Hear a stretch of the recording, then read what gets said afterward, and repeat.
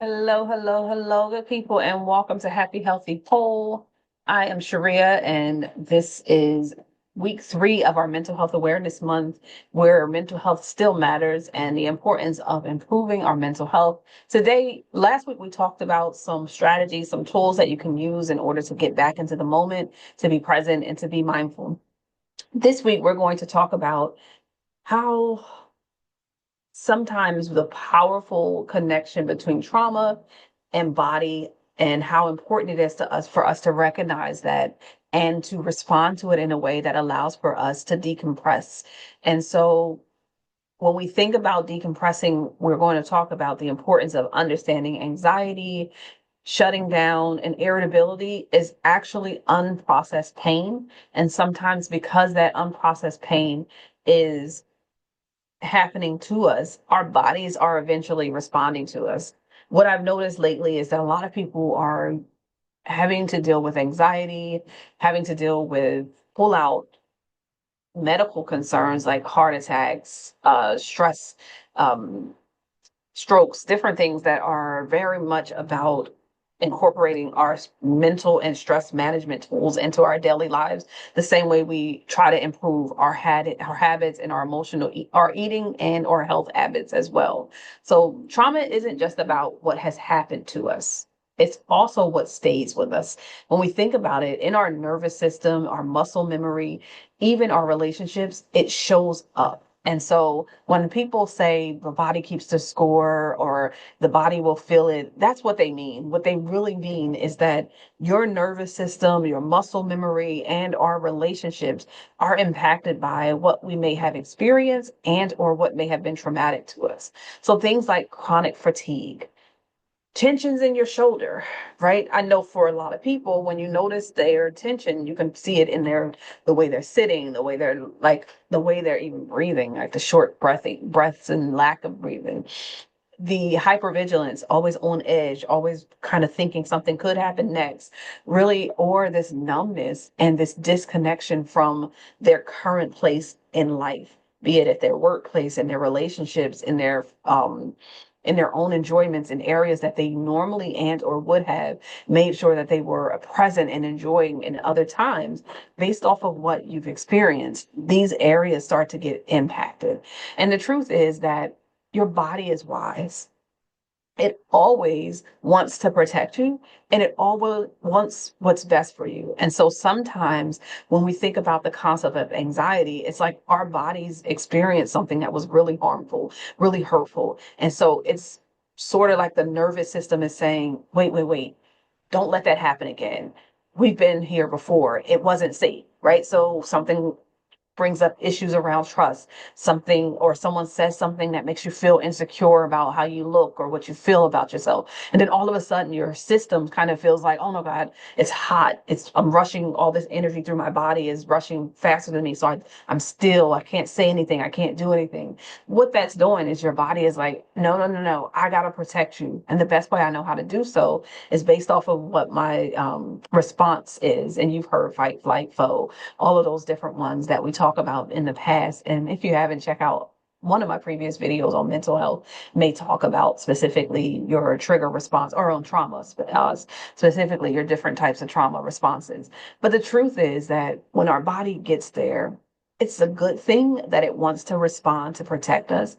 However, the ways in which it might be trying to protect us may no longer suit the environment and or life that you're trying to have. So for example, the anxiety and the fear that it's going to happen again, if you are hyper vigilant and always looking for what may come next and what ball may drop, what you find yourself doing is putting yourself on edge, feeling like you can't have any form of success. And so then everything starts to feel overwhelming and you end up collapsing in your own thoughts and mind and even sometimes work, right? And productivity that feels like it never really quite ends. That's a whole other story.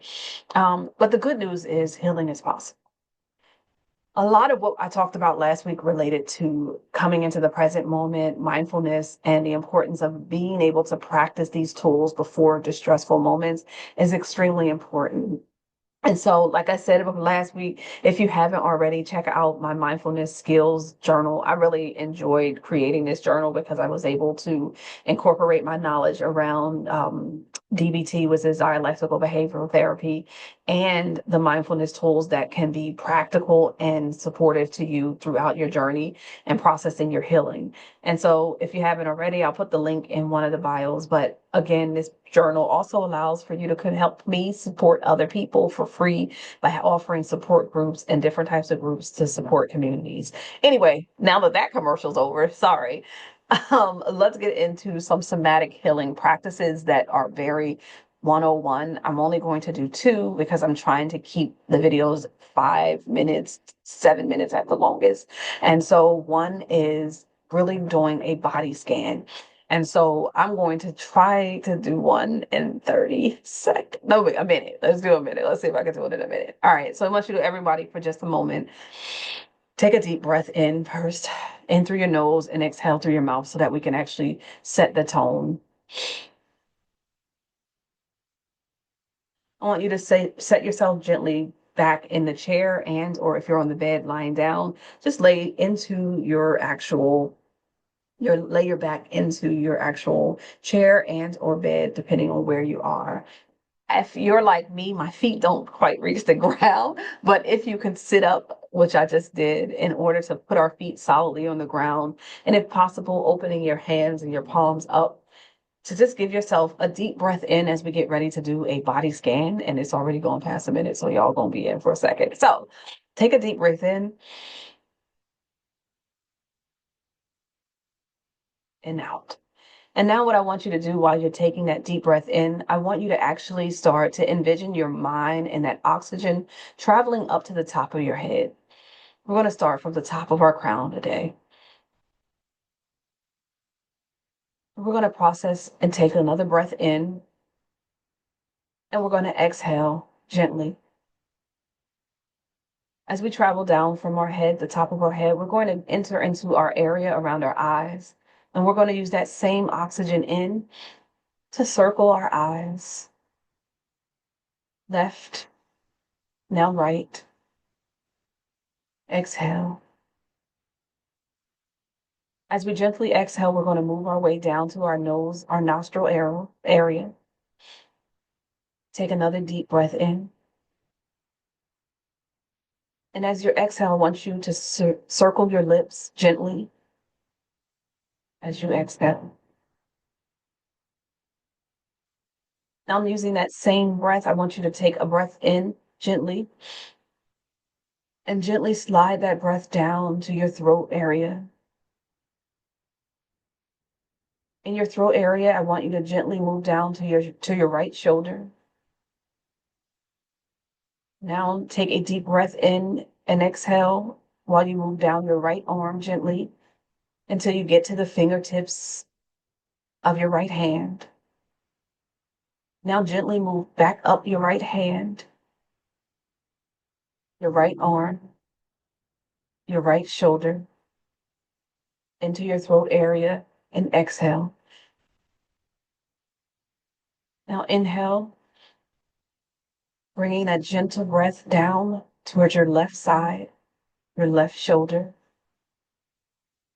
your left arm. Now gently moving your to your left fingers,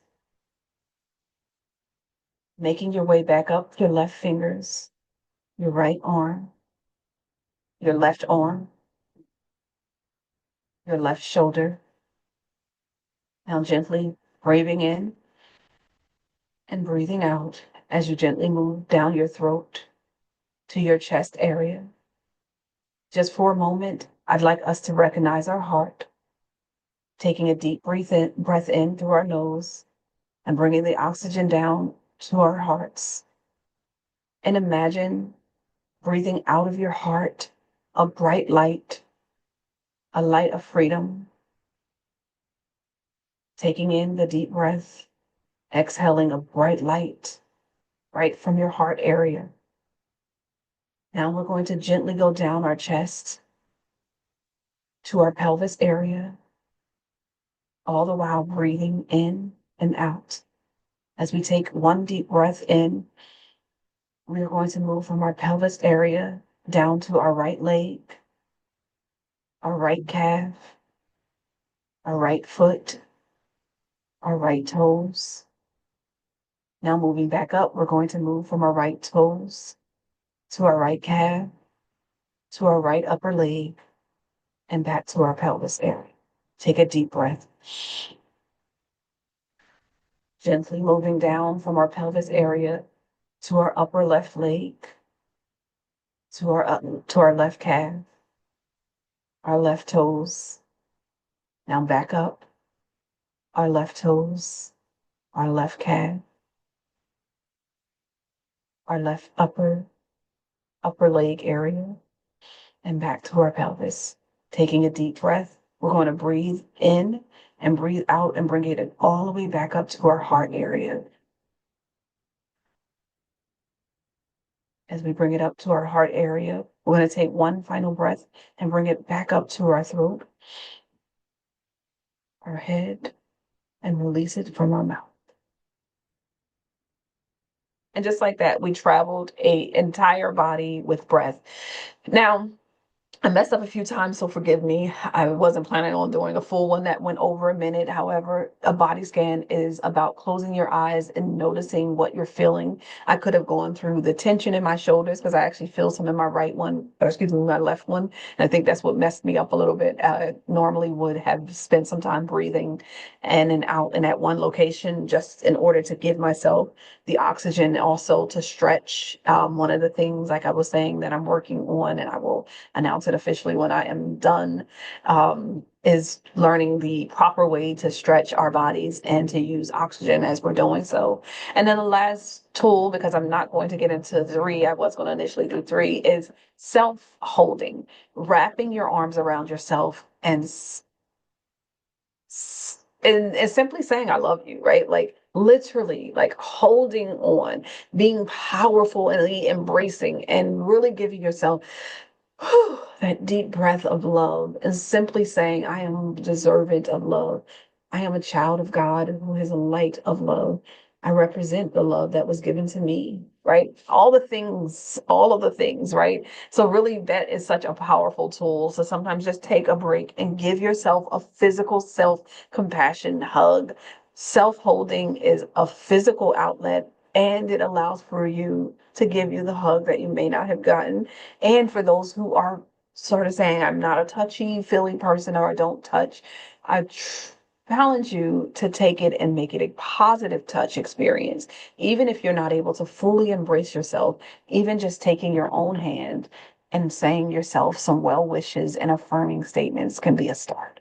So, don't forget, healing doesn't happen individually. Community is a radical way of healing. So, I have some stuff that I'm going to be pulling out of my wheelbarrow around support groups and healing circles that I will be offering you as my community to join. And hopefully, as the mindfulness journal sells, I'll be able to offer those items for free so that we can create a supportive and loving and caring community.